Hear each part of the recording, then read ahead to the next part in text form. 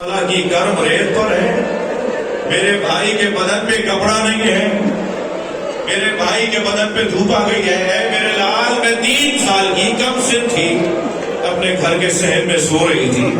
کچھ دیر کے بعد میری توجہ ہوئی کہ سارے صحن میں دھوپ ہے مگر میرے اوپر سایہ ہے۔ تو مجھے تعجب ہوا یہ سایہ کیسا ہے۔ جب میں نے پہلو بدل کے دیکھا تو یہی بھائی تھا جو چادر پکڑے کھڑا کہ کہیں میری بہن پر دھوپ نہ آ جائے۔ اب بتاؤ زینب کہاں صبر کرے؟ زینب کے سر پہ چادر نہیں ہے، حسین کے بدن پہ کپڑا نہیں ہے۔ اللہ حضرت مجلس ہو گئی، گریا جب ہو جائے مجلس مکمل ہو گئی۔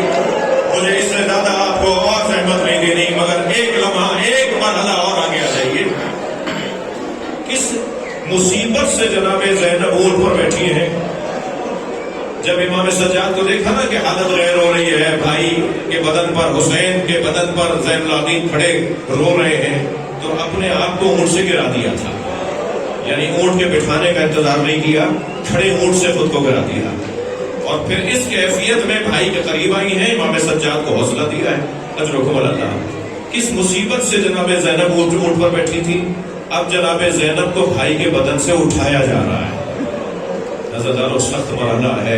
میں بس ایک جملہ کہہ کے ممبر چھوڑ رہا ہوں، ایک جملہ کہہ کے ممبر چھوڑ رہا ہوں۔ سمجھ میں نہیں آتا کہ جناب زہرا پہ ہاتھ کیسے اٹھایا ہوگا،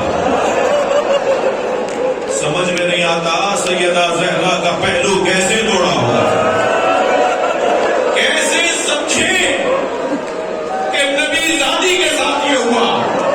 اگر کچھ دیر کے لیے کربلا آ جائے، جب جناب زینب کو حسین مولا کے بدن سے اٹھایا جانے لگا، ہاتھ اٹھایا جا رہا تھا، تازیانہ اٹھایا جا رہا تھا۔